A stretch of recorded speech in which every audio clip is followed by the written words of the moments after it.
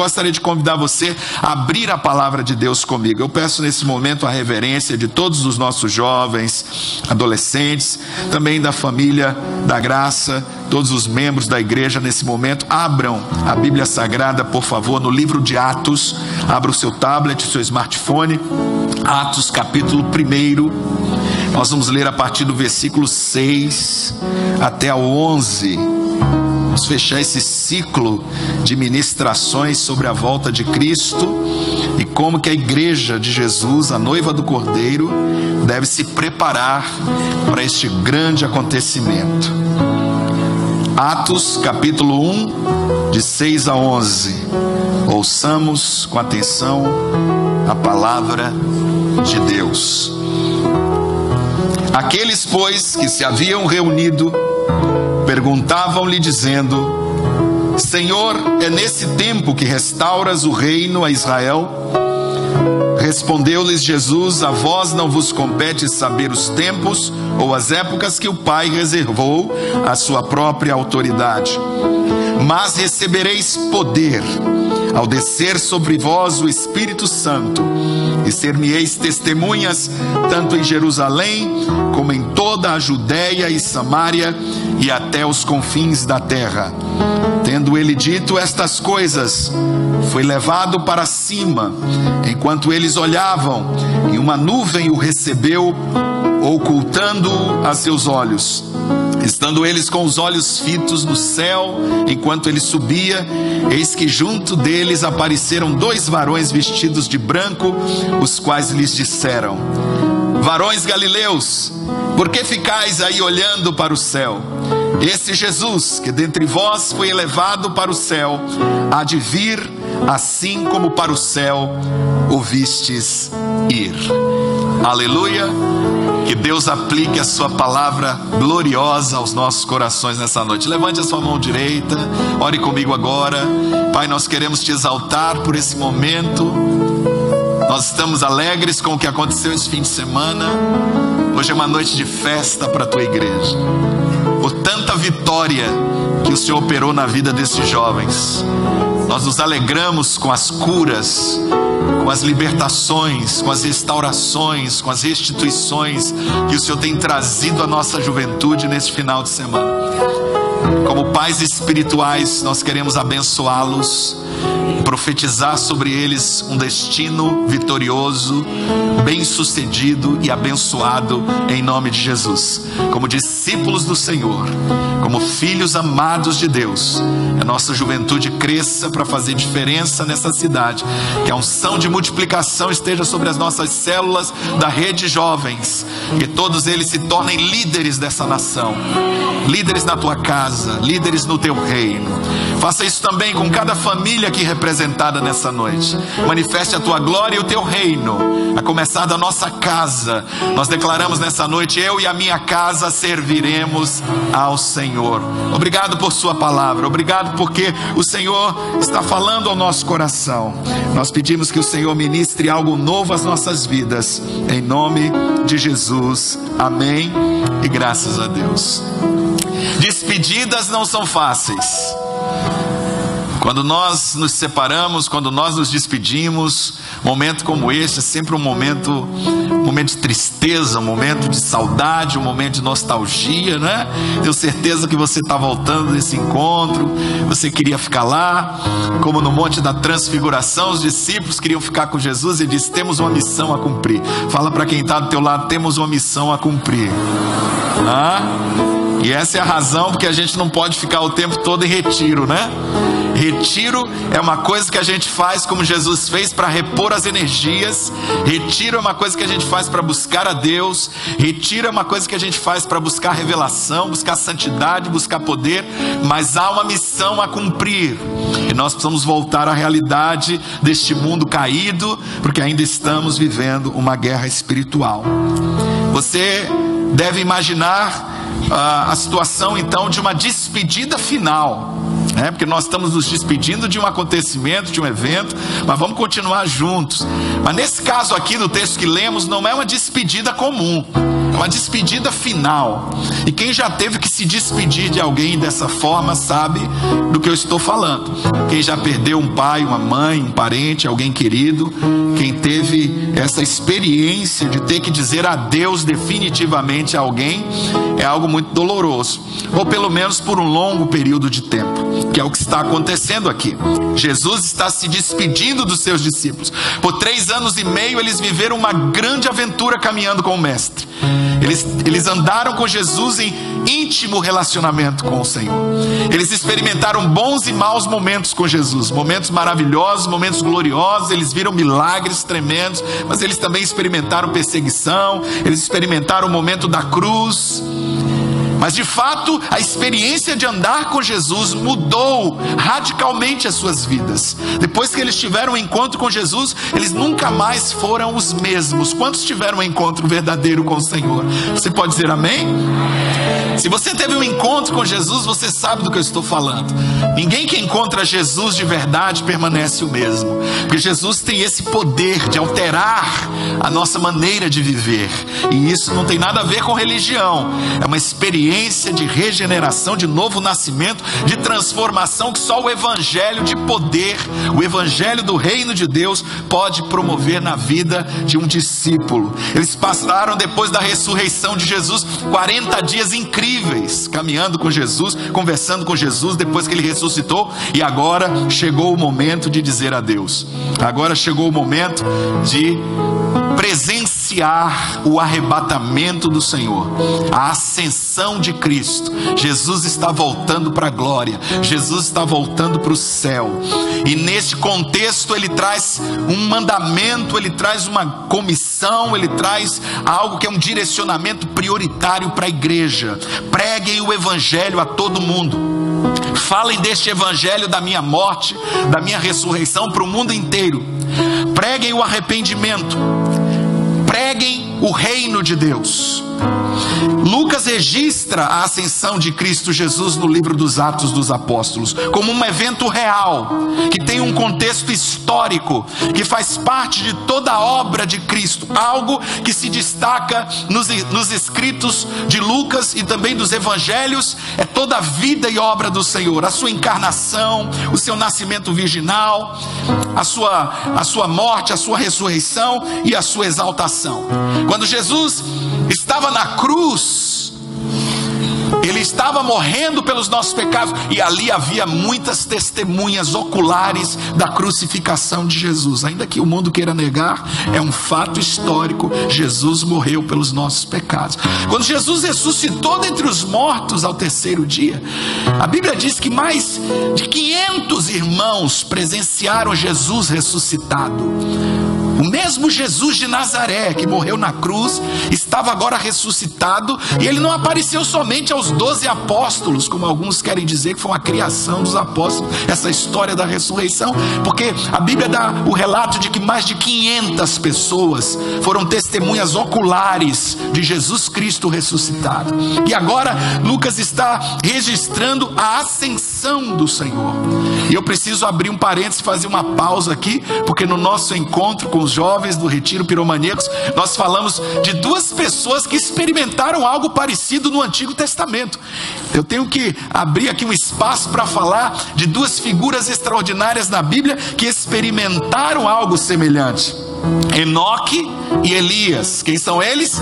Enoque e Elias. No livro do Gênesis nós vimos que Enoque andou com Deus, e a Bíblia declara que ele não foi mais encontrado, porque Deus o tomou, Deus o trasladou. Enoque foi alguém que não experimentou a morte, porque ele foi arrebatado e foi levado aos céus, e ninguém nunca mais o viu.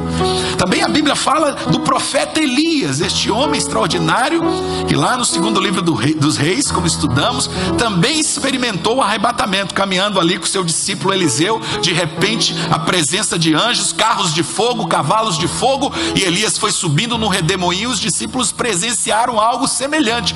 O profeta Eliseu, que estava ali, ele viu o seu discipulador, o seu mentor espiritual ser arrebatado, e ele gritou: meu pai, carros de Israel e seus cavaleiros. E Elias foi tomado e nunca mais se viu o profeta Elias, e ele também não experimentou a morte. morte. E esta é a razão, porque eu acredito que lá no livro de Apocalipse, no capítulo 11, Enoque e Elias são as duas testemunhas que voltarão para morrer durante o tempo da tribulação, para que eles possam experimentar o que todo ser humano está sentenciado a experimentar por causa do pecado. Apocalipse 11:3 diz: e concederei às minhas duas testemunhas que, vestidas de saco, profetizem por 1260 dias. Estas são as duas oliveiras e os dois candeeiros que estão diante do Senhor da terra.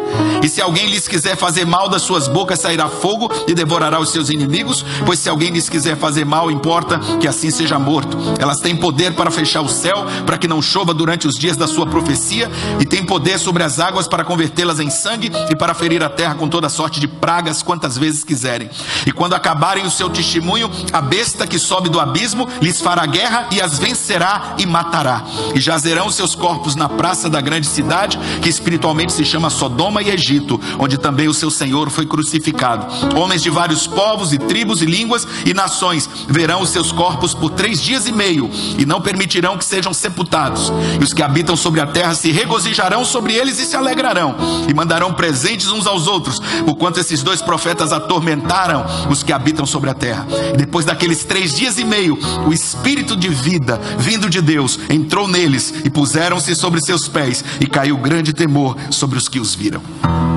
As duas testemunhas, a Bíblia não fala os seus nomes, não deixa claro quem são elas, mas nós sabemos que essas duas testemunhas estarão presentes durante os dias da grande tribulação e experimentarão tanto a morte como a ressurreição antes de subir para o céu.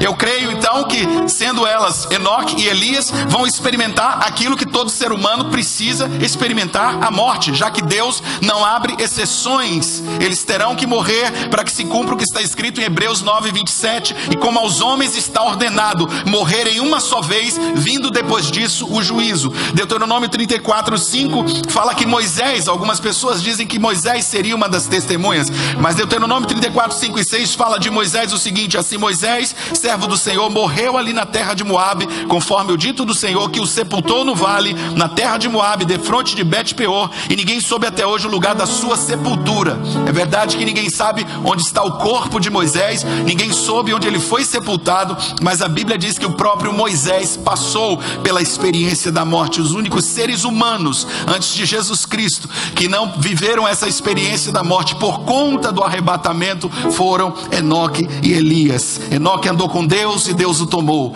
Elias andou com Deus e subiu numa carruagem de fogo. Mas o Messias de Israel, o Senhor Jesus Cristo, foi exaltado e voltará. Breve voltará. A promessa do seu retorno no livro de Atos é real.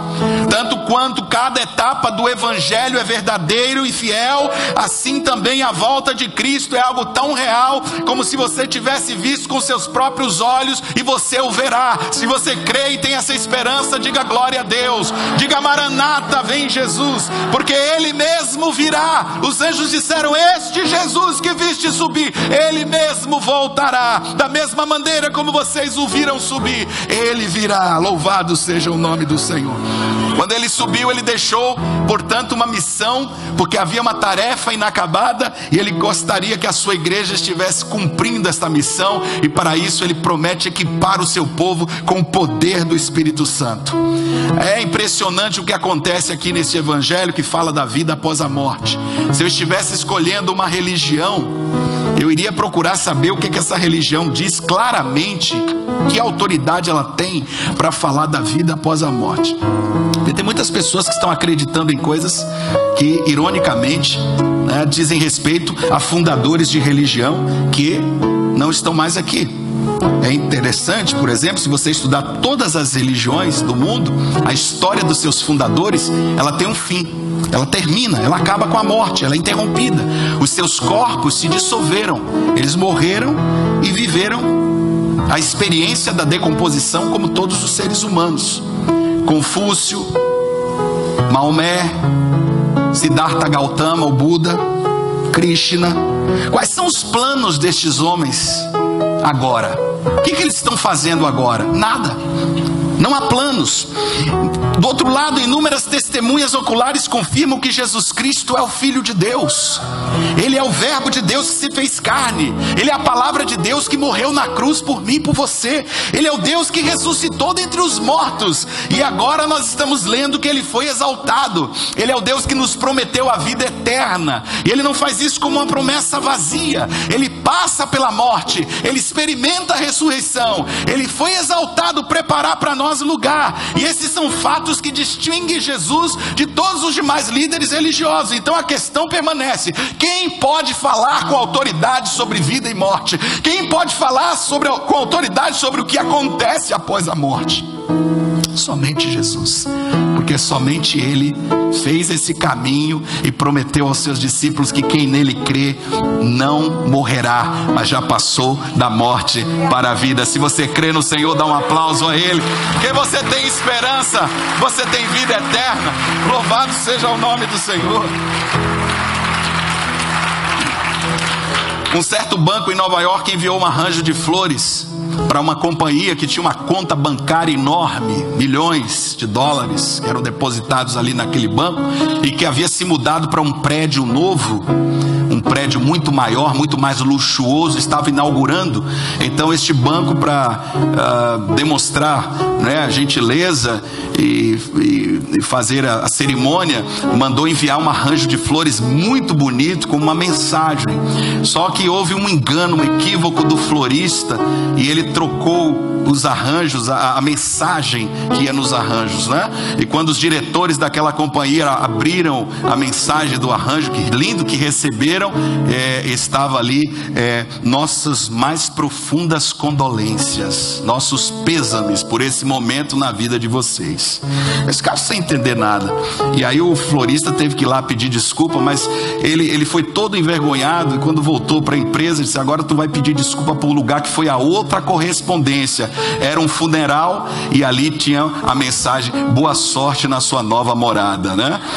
Então, assim, às vezes a gente está pegando coisa por aí e a gente não tem certeza de onde vem, e são mensagens truncadas, são mensagens equivocadas. Mas eu tenho uma boa notícia para te dar: o Evangelho é a verdade de Deus, é a verdade eterna que jamais passará. Você pode confiar a sua vida nesse Evangelho, porque o que ele declara é verdadeiro e fiel. Depois da sua ressurreição, Jesus subiu para o céu, Jesus se mudou de lugar, e a Bíblia nos revela exatamente o que ele está fazendo agora, o que aconteceu nesse momento e o que ele está fazendo agora, e quais são os seus planos para o futuro. Esse Jesus que nós servimos e que está vivo, esse Deus que está vivo, ele tem planos para mim e para você. Vamos considerar a relevância desse momento que os discípulos viveram de forma ocular na minha e na sua vida.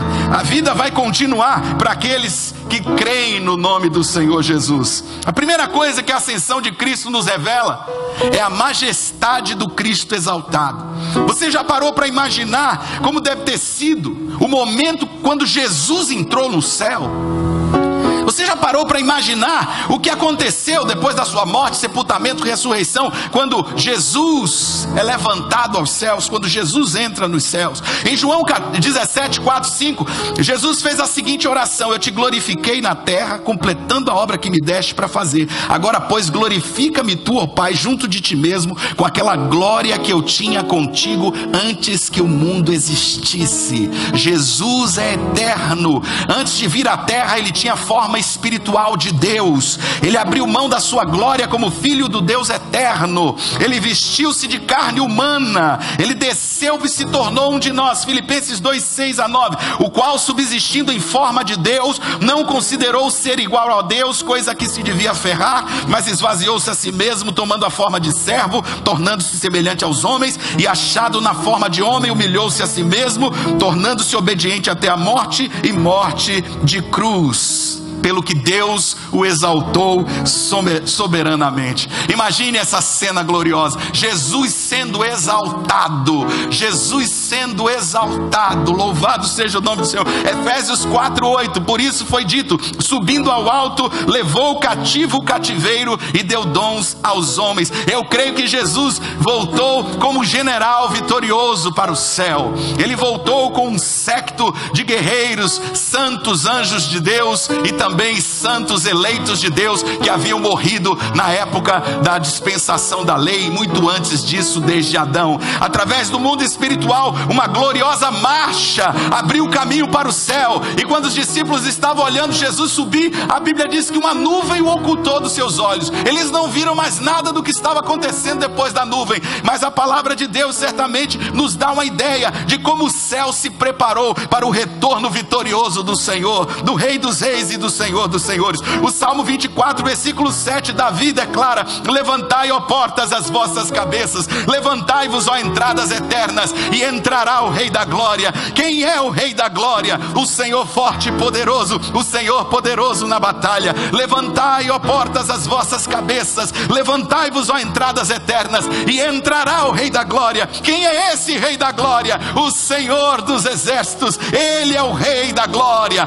Anjos caíram prostrados quando Jesus atravessou os portões da glória celestial. Santos de Deus do Antigo Testamento estavam ao lado dele, contemplando a sua beleza e a sua glória, e eles devem ter se unido aos anjos em adoração, em clamor, em exaltação, em louvor àquele que havia ressuscitado e agora estava sendo exaltado. A glória que Jesus teve desde a eternidade e que ele abriu mão, ele agora está recebendo de volta. Aquela glória de Deus começa a envolver Jesus como uma roupa real. Uma roupa real. João, o discípulo de Jesus, quando teve a revelação do Apocalipse, ele que andou pertinho de Jesus, que tinha o nome, o discípulo amado, ele que tinha muita aproximação com Jesus, ele disse que quando viu Jesus, ele não reconheceu, porque Jesus foi exaltado e foi glorificado, e ele foi revestido de glória e se tornou uma coisa totalmente diferente do Jesus de Nazaré, do Jesus de carne e osso. Apocalipse 1:4, João, as 7 igrejas que estão na Ásia: graça a vós e paz da parte daquele que é, que era e que há de vir, e da dos 7 espíritos que estão diante do trono de Deus, e da parte de Jesus Cristo, que é a fiel testemunha, o primogênito dos mortos e o príncipe dos reis da terra. Aquele que nos ama e pelo seu sangue nos libertou dos nossos pecados e nos fez reis, sacerdotes para Deus seu Pai. A ele seja a glória e o domínio pelos séculos dos séculos, amém. Eis que vem com as nuvens, de todo olho o verá, até mesmo aqueles que o traspassaram, e todas as tribos da terra se lamentarão sobre ele, sim, amém. Eu sou o alfa e o ômega, diz o Senhor Deus, aquele que é e que era e que há de vir, o Todo-Poderoso. Eu, João, irmão vosso e companheiro convosco na aflição, no reino e na perseverança em Jesus, estava na ilha chamada Pátimos por causa da palavra de Deus e do testemunho de Jesus, e eu fui arrebatado em espírito no dia do Senhor, e ouvi por trás de mim uma grande voz, como de trombeta, que dizia: o que vês, escreve-o num livro e envia-o às 7 igrejas, a Éfeso, a Esmirna, a Pérgamo, a Tiatira, a Sardes, a Filadélfia, a Laodiceia. E ouça, voltei-me para ver quem falava comigo, e ao voltar-me vi 7 castiçais de ouro, e no meio dos candeeiros um semelhante ao Filho de Homem, vestido de uma roupa talar, cingido à altura do peito como um cinto de ouro. A sua cabeça e cabelos eram brancos como a lã branca como a neve, os seus olhos como chama de fogo, os seus pés semelhantes a latão reluzente que fora refinado numa fornalha, a sua voz como a voz de muitas águas. Tinha ele na sua destra 7 estrelas, e da sua boca saiu uma aguda espada de 2 gumes, e o seu rosto era como o sol quando resplandece na sua força. Quando o vi, caí a seus pés como morto, e ele pôs sobre mim a sua destra, dizendo: não temas, eu sou o primeiro e o último, e o que vivo. Foi morto, mas eis que estou vivo pelos séculos dos séculos, e tenho as chaves da morte e do inferno. Louvado seja o nome do Senhor. Aleluia.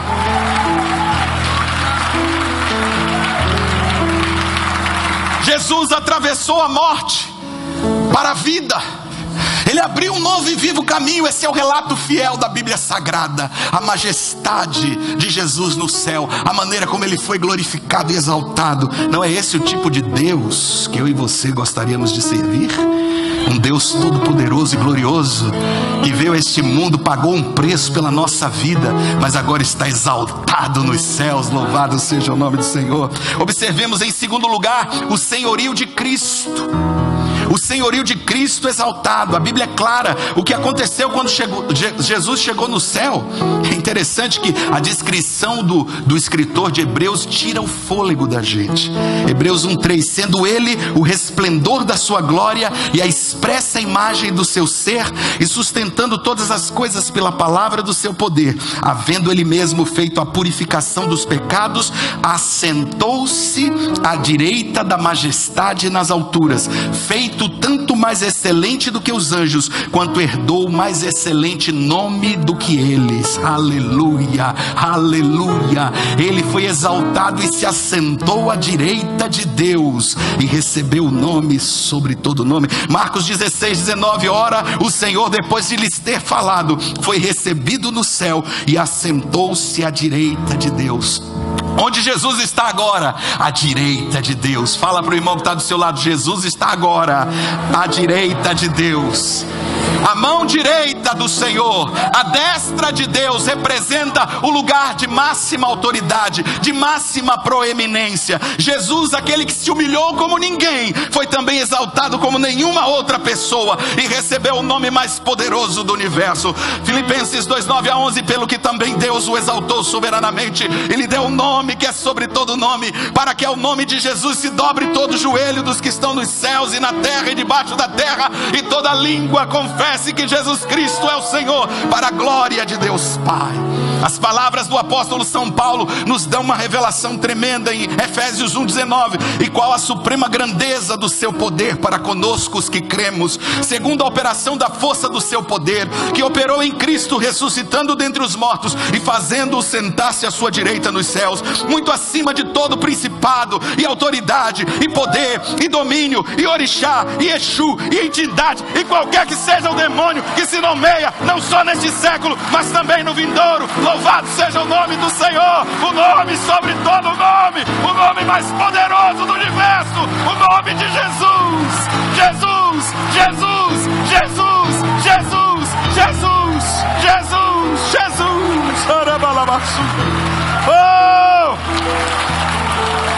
Ele é o Senhor, Ele é o Senhor, Ele é o Senhor, Ele é o Senhor, Ele é o Senhor. Oh! Ele é o Senhor.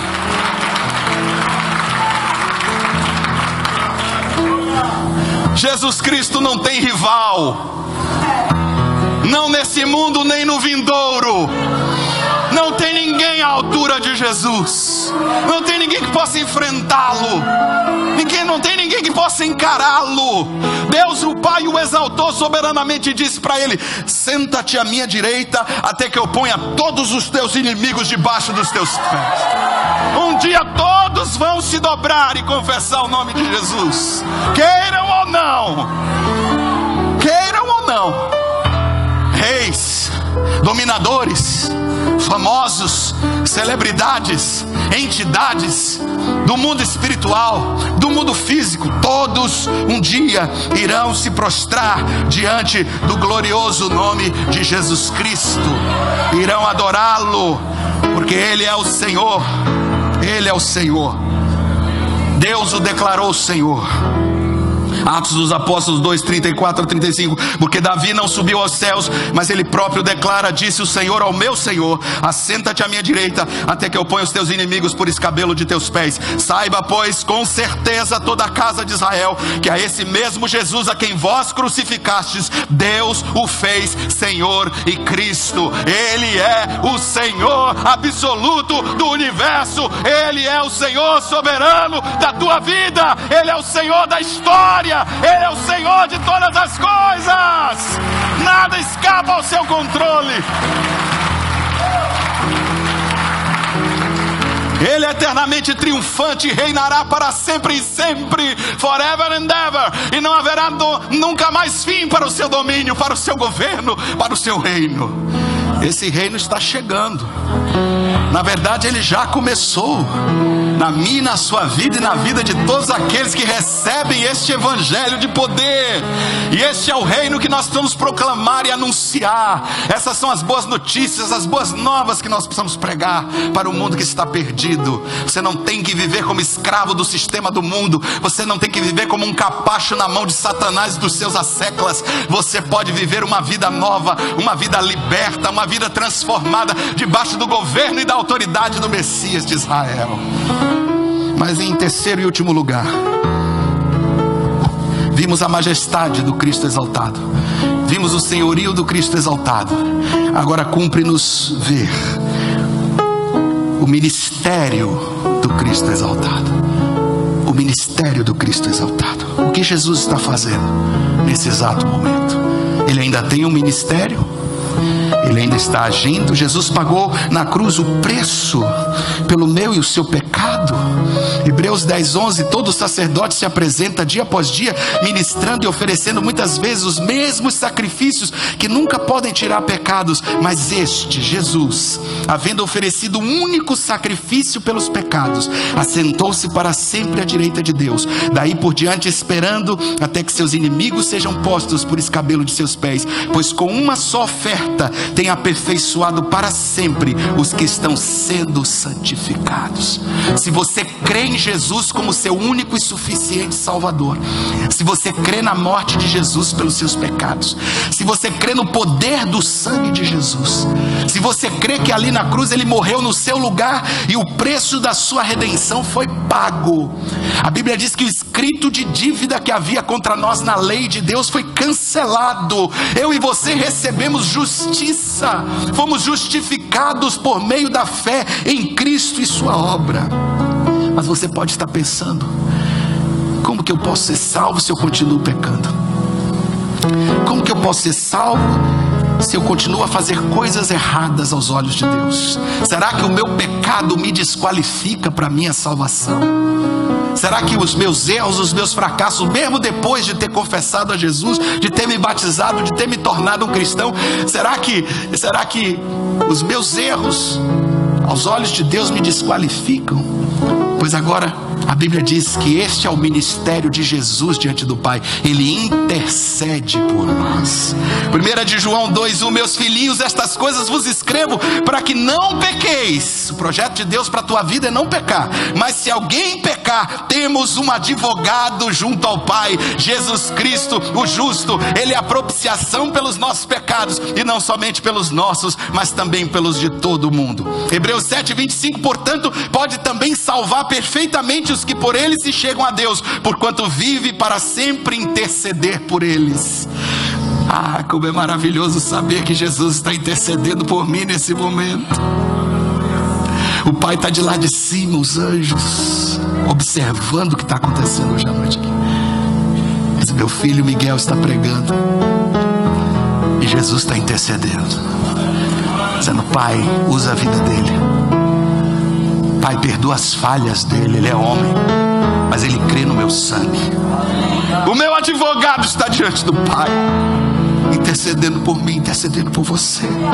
Romanos 8:33, quem tentará acusação contra os escolhidos de Deus? É Deus quem os justifica. Quem os condenará? Cristo Jesus é quem morreu, ou antes quem ressurgiu dentre os mortos, o qual está à direita de Deus e também intercede por nós. Quando eu e você pecamos, o Senhor apresenta as suas marcas de sangue diante do Pai, e a palavra do Senhor diz que Deus nos declara justo, não por causa dos nossos méritos, nem mesmo por causa das nossas falhas, mas certamente por causa do único e perfeito sacrifício e pelo sangue inocente de Jesus derramado na cruz do Calvário. Por isso o autor de Hebreus novamente declara em Hebreus 4:16, cheguemo-nos pois confiadamente ao trono da graça, para que recebamos misericórdia e achemos graça, a fim de sermos socorridos no momento oportuno. Temos acesso ao Pai. Fala para o irmão que está ao teu lado: você tem acesso a Deus. Você tem acesso ao trono de Deus. Você tem acesso à presença de Deus. Você tem acesso ao Santo dos Santos. Jesus intercede por mim e por você. O que mais que você quer?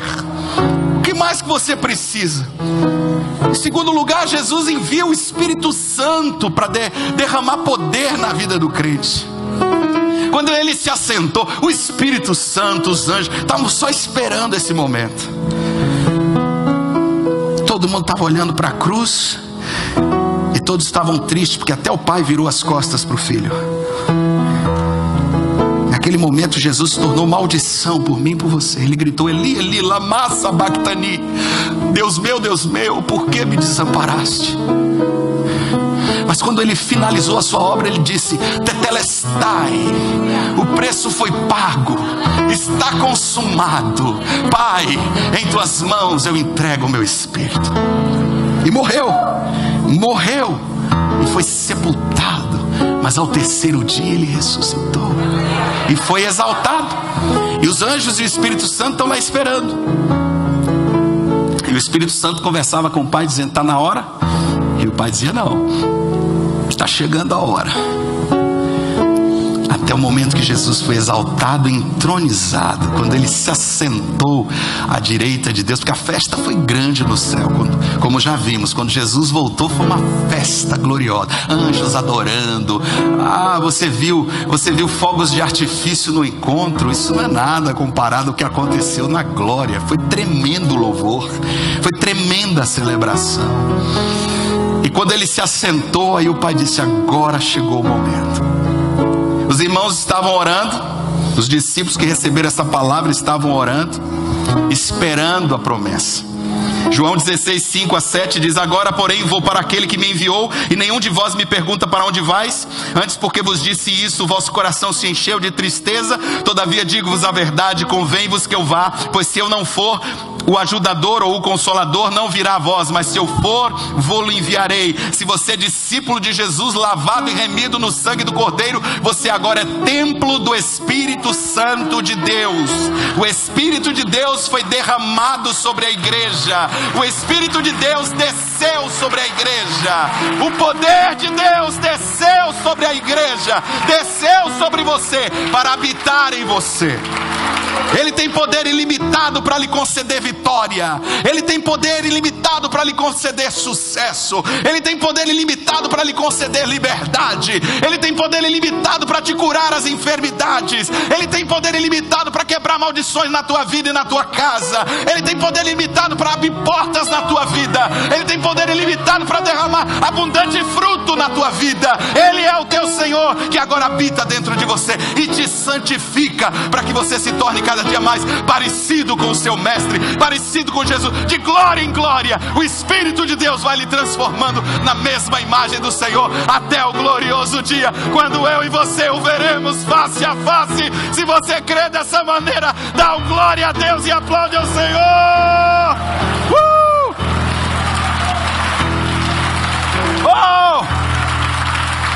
Mas finalmente Jesus também está nesse momento preparando um lugar para mim e para você, um lugarzinho. João 14, 1, 2: não se turbe o vosso coração, credes em Deus, crede também em mim. Na casa de meu pai há muitas moradas, se não fosse assim, eu vou-lhe teria dito: vou preparar-vos lugar. Você pode imaginar? Jesus tem preparado um lugar para você no céu.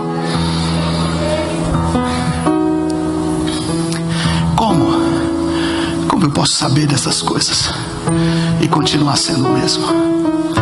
Apesar de todas as minhas limitações, de todas as minhas fraquezas, como que eu posso continuar sendo o mesmo? Você foi para esse encontro, não significa dizer que você se tornou perfeito, que você não vai mais errar. Mas com certeza algo da glória de Deus cresceu dentro de você, resplandeceu em sua vida, jovem. Como que a gente pode honrar esse Deus? De que maneira podemos nos consagrar a Ele? De que maneira podemos nos dedicar a Ele? O que precisamos fazer? O que podemos fazer? Esta é a pergunta. Para isso a igreja existe. E a primeira resposta é: se você ainda não fez uma aliança com Jesus, se você ainda está aqui ou se você está assistindo essa mensagem e você ainda não entregou seu coração a Jesus completamente, se você ainda não o recebeu como Senhor soberano da sua vida, se você ainda não o reconheceu como Senhor absoluto, se você não confessou Jesus como seu único e suficiente Salvador, você precisa fazer isto. Você precisa beber o cálice da salvação enquanto é tempo. Se você quer agradar a Deus, se você quer ter certeza e paz no seu coração com respeito à vida eterna, entregue sua vida a Jesus. Abra o seu coração agora, hoje à noite, aqui mesmo, antes de você voltar para casa. Tome a mais importante decisão que qualquer ser humano pode tomar na sua vida. Entregue o seu caminho ao Senhor, confie nele e o mais ele fará.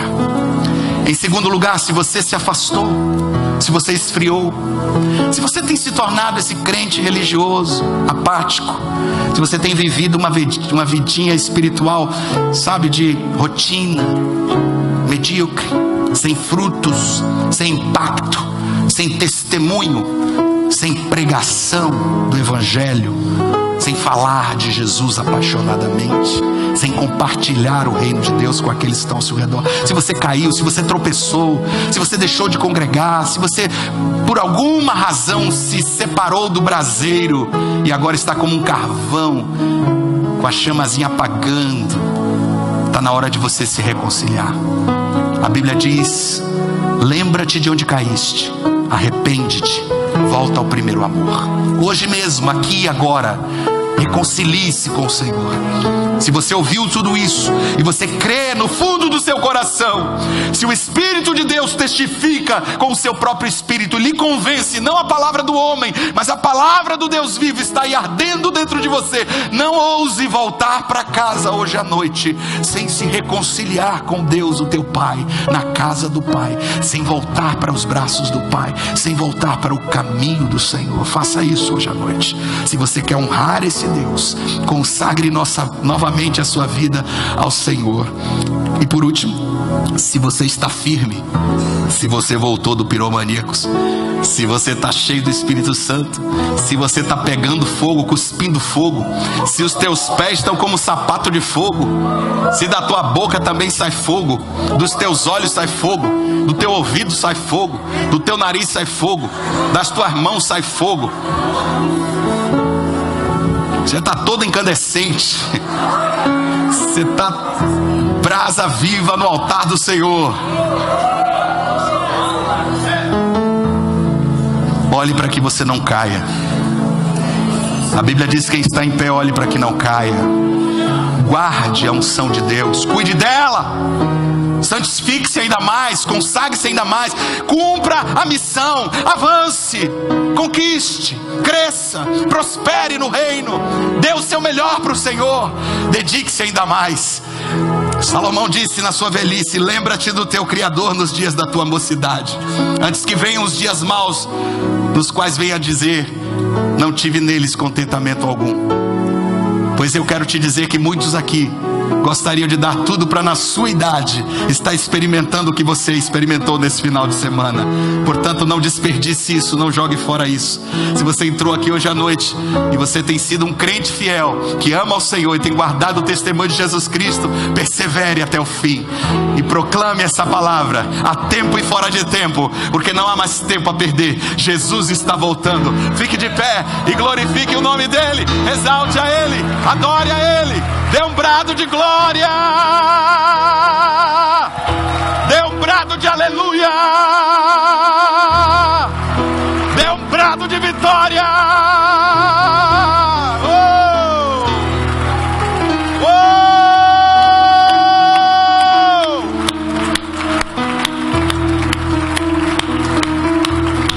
Faça barulho para Jesus, faça barulho para Jesus, faça barulho para Jesus.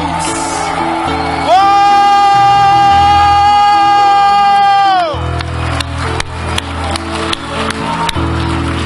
Oh! Há alguém aqui nessa noite que, no contexto dessa reunião tão cheia da presença e da glória de Deus, gostaria de entregar a sua vida a Jesus, confessá-lo como Senhor da sua vida. Oh!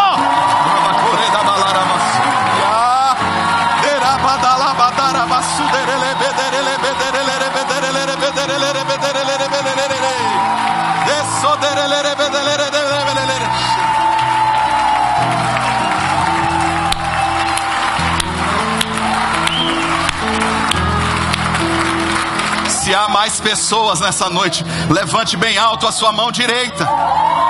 Entregue a sua vida a Jesus. Levante bem alto a sua mão direita. Entregue a sua vida a Jesus. Aleluia! Glória a Deus.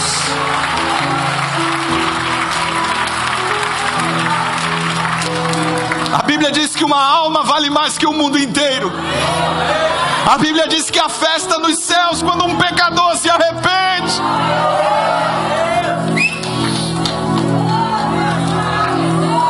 Há mais uma pessoa.